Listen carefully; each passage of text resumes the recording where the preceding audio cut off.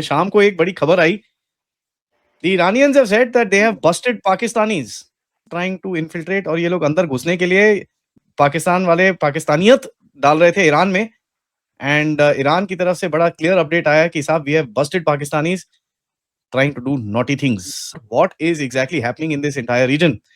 I don't know what to say about this. आप तो पहले इस बात का जवाब देना कि पूरा इंटरनेशनल मीडिया ये कह रहा है कि आप अपनी एयर बेस देने जा रहे हैं ईरान के खिलाफ, आप अपना समुंदर देने जा रहे हैं ईरान के खिलाफ। पाकिस्तान के लिए एक बड़ी क्रिटिकल सिचुएशन है और मैं इस तरीके से कहूंगा कि इसमें हमें बड़ा मुश्किल होगा कि हम न्यूट्रल रहें। हम शुरू से ही आपके साथ हैं हर मामले पे। ये यकीन दहानी आसिम मुनीर साहब और शहबाज शरीफ साहब करते हैं। हत्ता कि जो गैर मुल्की मीडिया है वो शहबाज शरीफ को शू शाइन बॉय का नाम दे देता है। बाकी सारे ऊपर कहानियां हैं। ईरान के अवाम से हमें हमदर्दी हो पाई, ईरान के अवाम के मसाइल की वजह आप हैं। पाकिस्तान में हमने आपको बताया था कि भंडारी एयरबेस, जिसको शमसी एयरबेस भी कहा जाता है, वहां पे अमेरिका की मौजूदगी है और अमेरिका वहां से अटैक तो कर सकता है, क्योंकि पाकिस्तान ने वही काम किया कि अल्लाह की झूठी कसम खाकर धोखा दिया चाइना को भी, ईरान को भी। अब होता क्या है? तो दोस्तों, ईरान के अंदर अभी जो क्याओस मचा हुआ है, जिसमें कि हजारों लोग मारे जा चुके हैं और उन मारे जाने वालों में ईरानियन प्रोटेस्टर्स और ईरानियन पुलिस भी हैं। लेकिन अब जो खबरें निकल के आ रही है और इनफैक्ट यह बताया जा रहा है कि ईरान ने खुद ऑफिशियली कहा है कि पाकिस्तानियों को उन्होंने इस क्याओस के दौरान पकड़ा है, और ऊपर से जो खुद पाकिस्तान के जो सटे ईरान एरिया हैं वहाँ से जो रिपोर्ट आ रही है और खुद कई पाकिस्तानी यह कह भी रहे हैं कि अभी इसी दौरान अमेरिकन आर्मी भी पाकिस्तान में मौजूद है और ज़रूरत पड़ने पे वो पाकिस्तान साइड से ईरान पे हमला कर सकते हैं। जिससे साफ पता चलता है कि ईरान के मामले पे पाकिस्तान का जो डबल स्टैंडर्ड है वो खुल के सामने निकल के आ रहा है कि एक तरफ जहाँ पे पाकिस्तानी जनता और पाकिस्तानी मीडिया खुल करके ईरान के समर्थन में अमेरिका और इजराइल को क्रिटिसाइज और उसके खिलाफ बातें कर रहे हैं, तो वहीं पे जो पाकिस्तान की गवर्नमेंट और पाकिस्तानी आर्मी यानी पाकिस्तानी इस्टेब्लिशमेंट न सिर्फ इस मामले पे चुप्पी साधे हुए है, बल्कि जैसा कि पिछले कुछ महीने के जो इंसिडेंट और ट्रेल नज़र आ रहे हैं, जिसमें साफ पता लगता है कि जो अमेरिका ने पाकिस्तान को जो फेवर किया है और ट्रंप ने जो मुनीर को अपना फेवरेट फील्ड मार्शल दुनिया के सामने बताया है, तो अब वही फील्ड मार्शल यानी मुनीर से अमेरिका अब अपना काम निकलवा रहा है। तो दोस्तों, आइए देखते हैं आज की इस लेटेस्ट वीडियो को।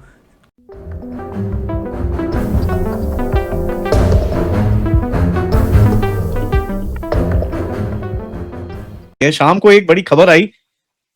The Iranians have said that they have busted Pakistanis.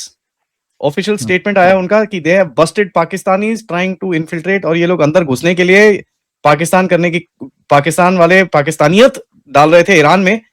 And Iran की तरफ से बड़ा क्लियर अपडेट आया कि साहब we have busted Pakistanis trying to do naughty things. अब क्या होगा आगे, पाकिस्तान का तो समय ठीक है, जो भी है बात करते हैं। Let's find out what is exactly happening in this entire reason, क्योंकि आई थिंक मेरे हिसाब से आसिम मुनीर का समय बड़ी जल्दी अप होने वाला है अगर ऐसे काम चलता रहेगा। मतलब they have their full hand in this. Yeah, so who's creating the chaos? बंदे मारो so that chaos हो, we can get the justification to go and hit. Not that Iran is any better. See, Adi, this is controlled chaos. That's the big point.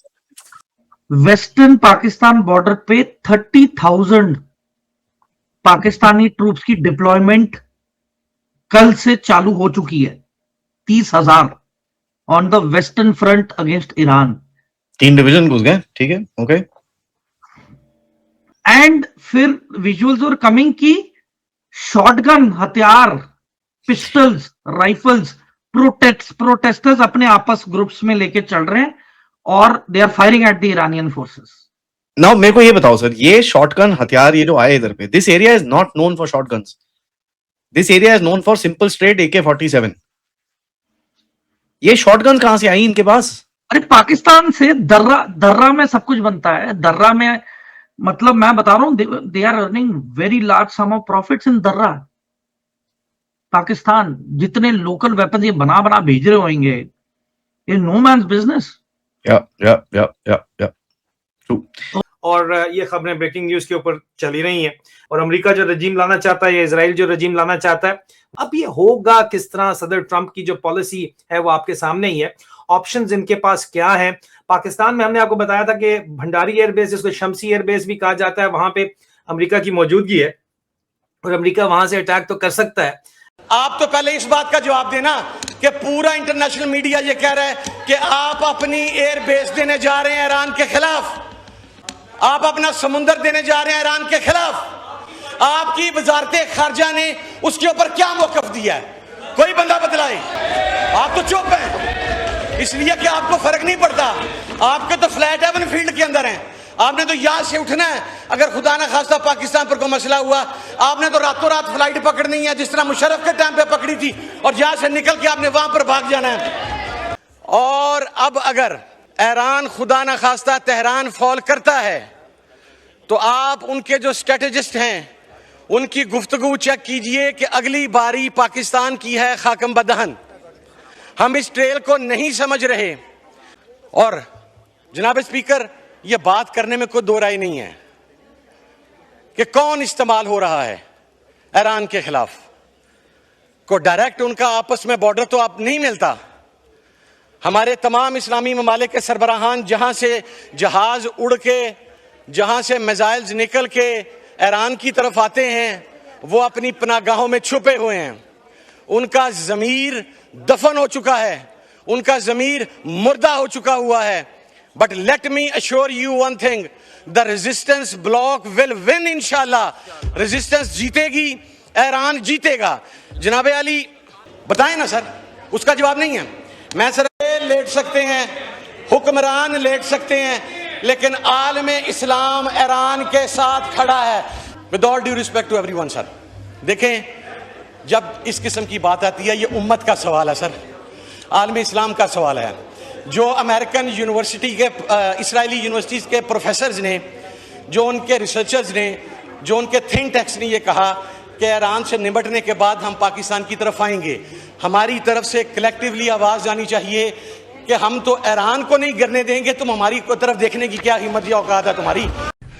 Pakistan के लिए क्या इसमें alarming situation क्या है? अगर खुदा न खास्ता कुछ होता है, क्या पाकिस्तान में बहुत, I think the highest stakes apart from Iran is Pakistan.